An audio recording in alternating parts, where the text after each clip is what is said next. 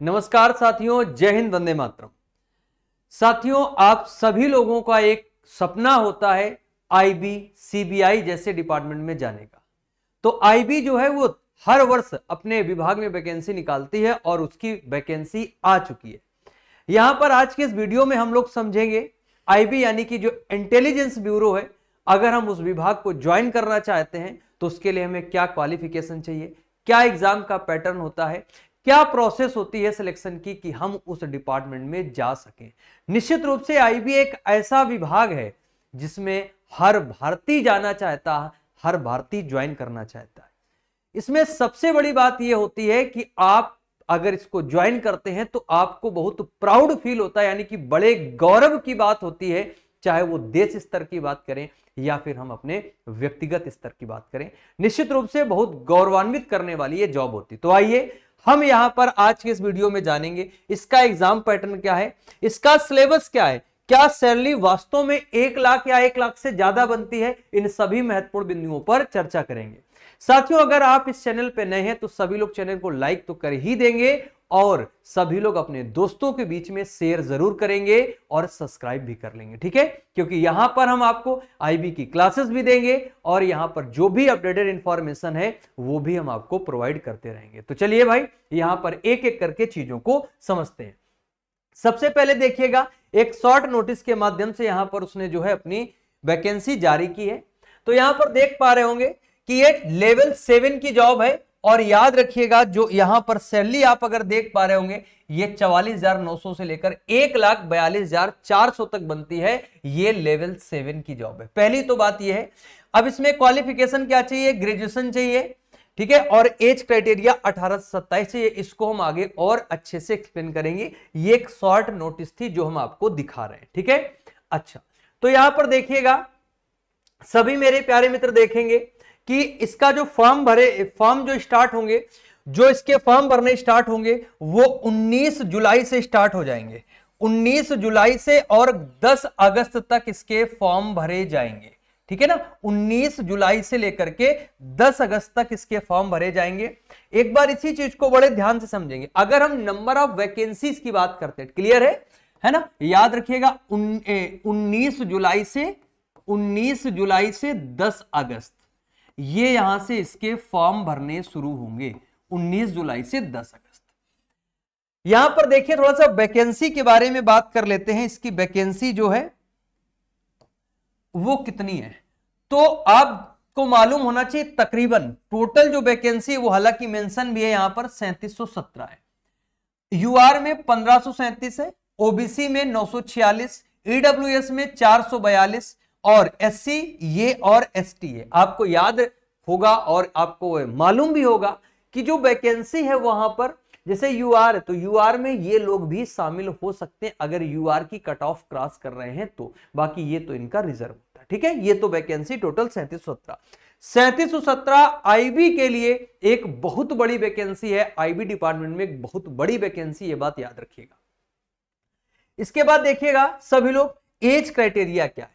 तो अगर age criteria की बात करते हैं तो याद रखेंगे, सबसे पहले हम बात कर लेते हैं यानी कि इसकी एलिजिबिलिटी क्या है। तो इसमें एजुकेशनल क्वालिफिकेशन जो है वो बैचलर डिग्री होनी चाहिए, है ना, और किसी भी यूनिवर्सिटी से होना चाहिए। बैचलर डिग्री होनी चाहिए, सिंपल सी बात है। आपके पास बीए हो सकता है, बीएससी हो सकता है ना, बीकॉम हो सकता है, बीसीए हो सकता है, वो कुछ भी हो सकता है। बैचलर डिग्री आपको एक चाहिए कंप्लीट, है ना, परसुइंग नहीं, कंप्लीट। मिनिमम एज 18 साल होती है और याद रखना 10 अगस्त 2025 को 18 साल का हो चुका हो। मैक्सिमम एज होती है 27 साल। 10 अगस्त 2025 जो है वो वहां तक 27 साल का होना चाहिए, ठीक है, इसके ऊपर नहीं।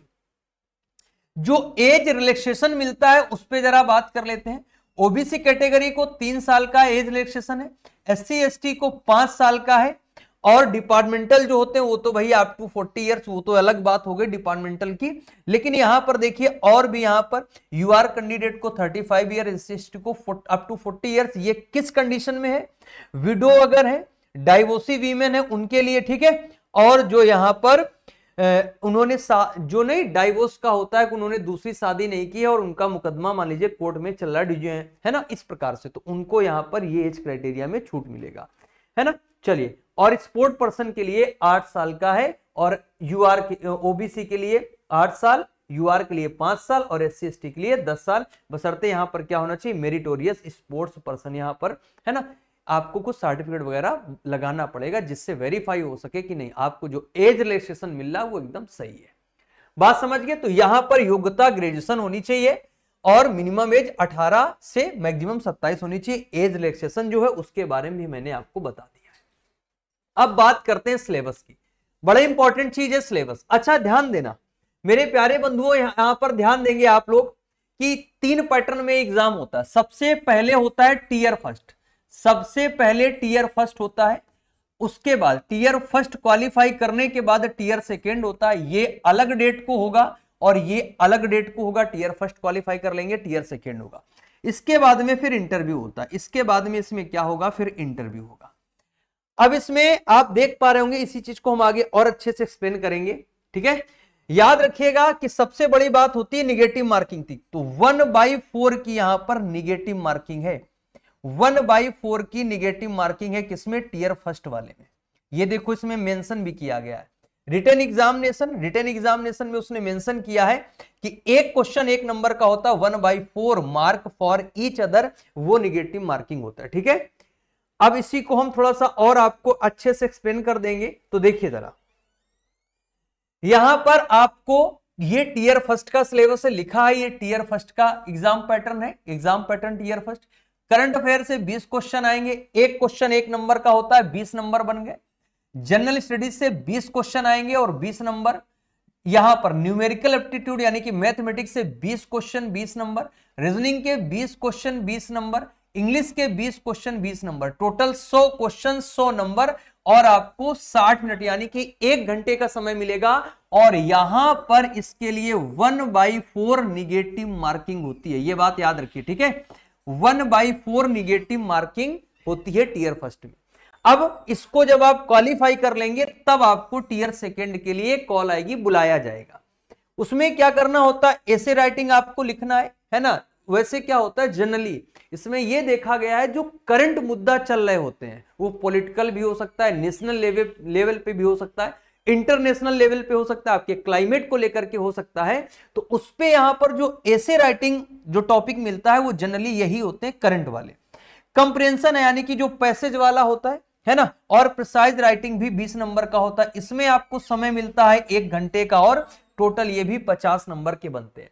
साथियों याद रखना, जब आप टीयर फर्स्ट क्वालिफाई कर लेंगे, टीयर सेकेंड लिए कॉल आएगी, टीयर सेकेंड क्वालिफाई करने के बाद में आपके पास इंटरव्यू का कॉल आएगा, यानी कि आपको बुलाया जाएगा इंटरव्यू के लिए, आपको इंटरव्यू के लिए बुलाया जाएगा। और ये इंटरव्यू होता है टोटल 100 मार्क्स का, याद रखिएगा, ये टोटल 100 नंबर का आपका इंटरव्यू होता है, ठीक है।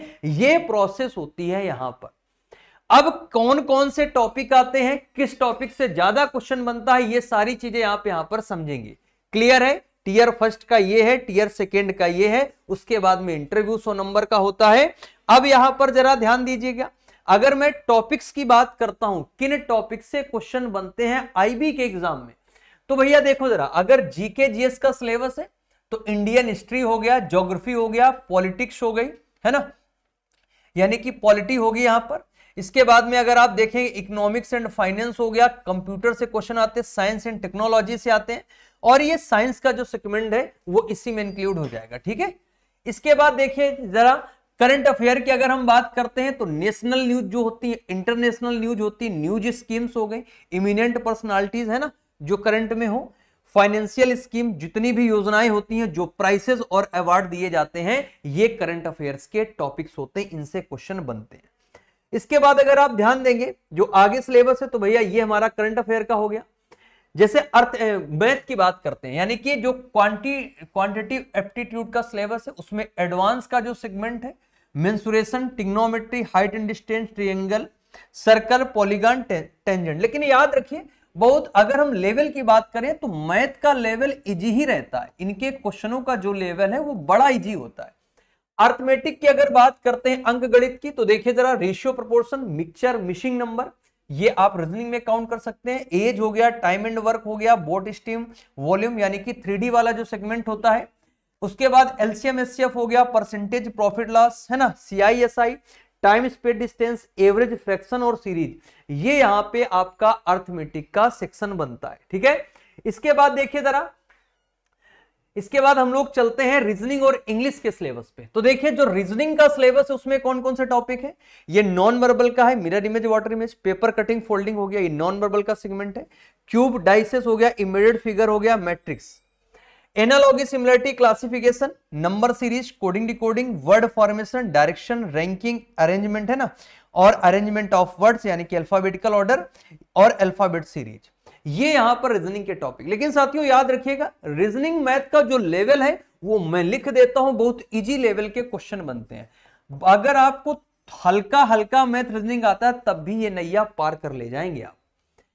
हाँ, इंग्लिश पे आपको कमांड करनी पड़ेगी क्योंकि टीयर 2 में इंग्लिश का ही खेल है और आपके नॉलेज का, क्योंकि इंग्लिश में देखिए वर्ब हो गए, एडजेक्टिव हो गए, fill in the blanks, spelling error हो गए, सिनोनिम एंटोनिम, स्पॉटिंग एरर हो गए, सेंटेंस इंप्रूवमेंट जो होता है, सेंटेंस स्ट्रक्चर, वोकेबुलरी, है ना, वो सारी चीजें, वन वर्ड हो गया, सिनोनिम हो गया, एंटोनिम हो गया, इडियम फ्रेसेस हो गया, क्लॉजेस।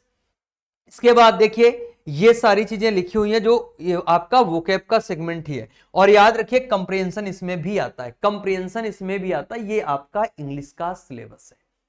इसके बाद अगर आप थोड़ा सा और आगे बढ़ेंगे तो ये हमने आपको सिलेबस के बारे में जानकारी दे दी है, लेकिन थोड़ा सा सैलरी की बात कर लेते हैं। तो देखिए जरा, देखिए यहां पर जो सैलरी स्ट्रक्चर है वो स्टार्टिंग का है, ये बेसिक है स्टार्टिंग का।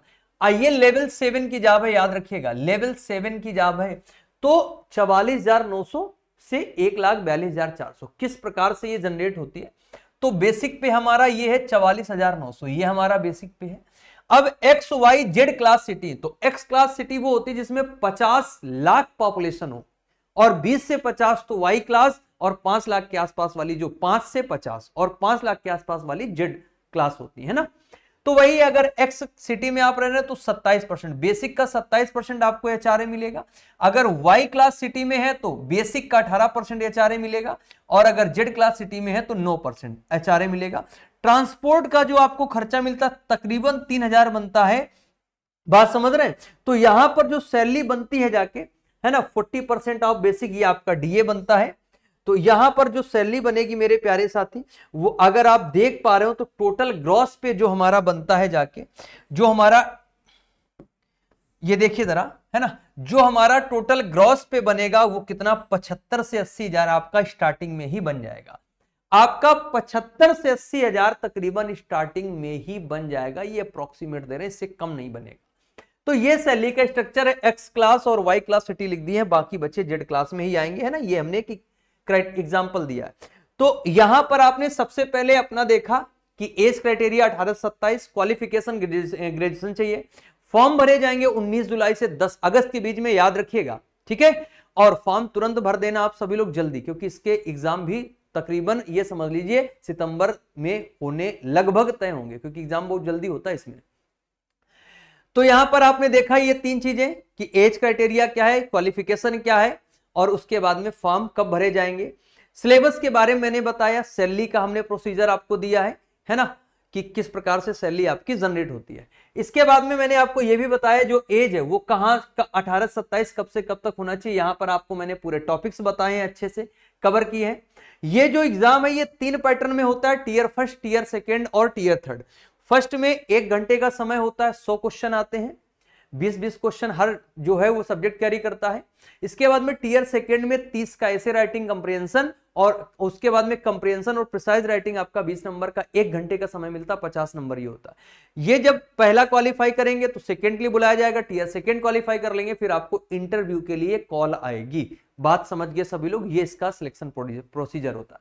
साथियों बात आती है जब आप तैयारी शुरू करते हैं, तो तैयारी जब शुरू करते हैं तो सबसे पहले आप प्रीवियस ईयर को ही समझिए कि प्रीवियस ईयर क्वेश्चनों का पैटर्न क्या है, लेवल क्या। तो उसके लिए आपको क्या करना है, अपने मोबाइल के प्ले स्टोर में जाना है, MD classes official application install कर लेना है, नाम नंबर डालकर रजिस्टर करेंगे, है ना, तो उसका होम पेज खुल के आएगा। होम पेज जैसे खुल के आएगा तो आप क्लिक कर देना प्रीवियस ईयर क्वेश्चंस पे।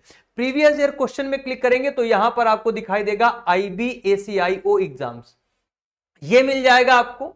इस पे जैसे ही क्लिक करेंगे तो ये आपके एक पेपर पड़े हुए हैं 2023 और 24 या जो भी एग्जाम कंडक्ट हुए हैं वो यहां पर पेपर पड़े हुए हैं, और इसका लिंक हम आपको इस वीडियो के डिस्क्रिप्शन बॉक्स में भी दे देंगे।